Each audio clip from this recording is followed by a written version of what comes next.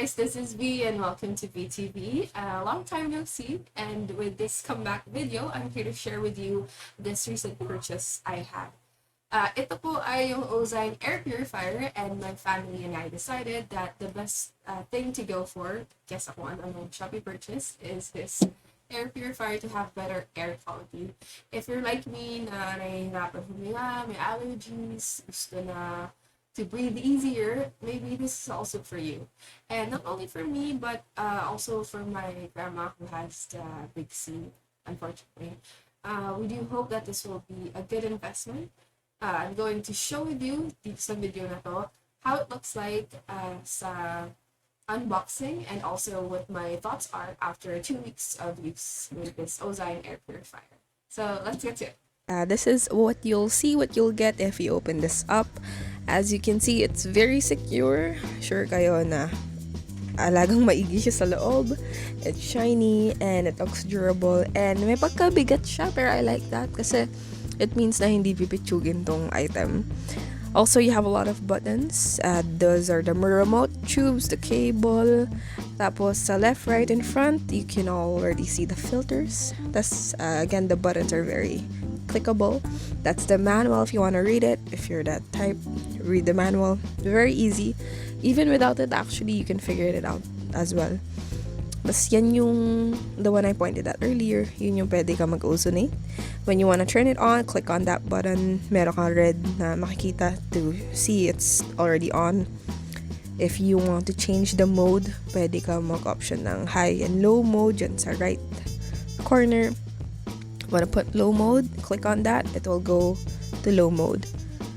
Tapos, meron ka ding option dun sa left side naman to.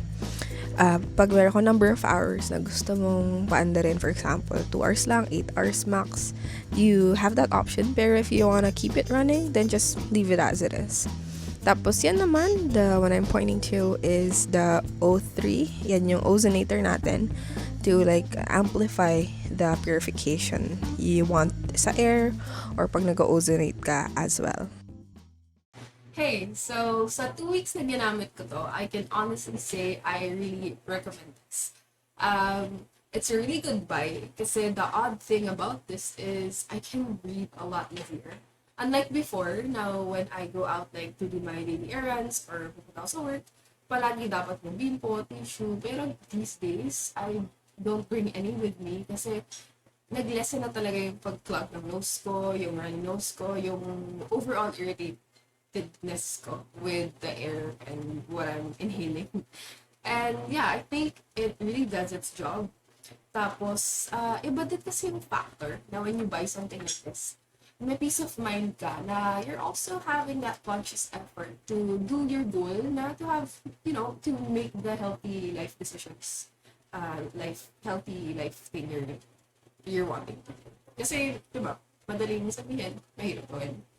And also, not only have we used this as an air purifier, ginagamit din namin siya for sanitizing our utensils at home.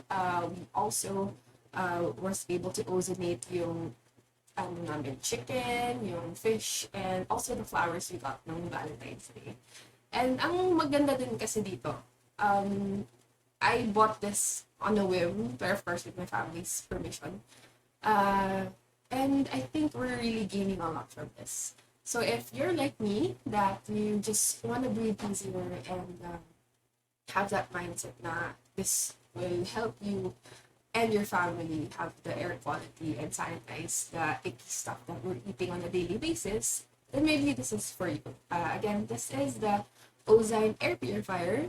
It's like three more than one kind of feature on it. And yeah, if you ever want me to do a review, please comment below. Kung gusto nyo 1 month after review, 2 months after review, please comment. I'm open to suggestions. If you want to reach out, ask me more about this product, I'll put my Gmail sa description box. So again, I recommend this. I'm very happy with this purchase. And yeah, I think 2023 is looking great with this Ozein air purifier. Thank you so much for watching. I am V, and I hope you're having a great day. Bye!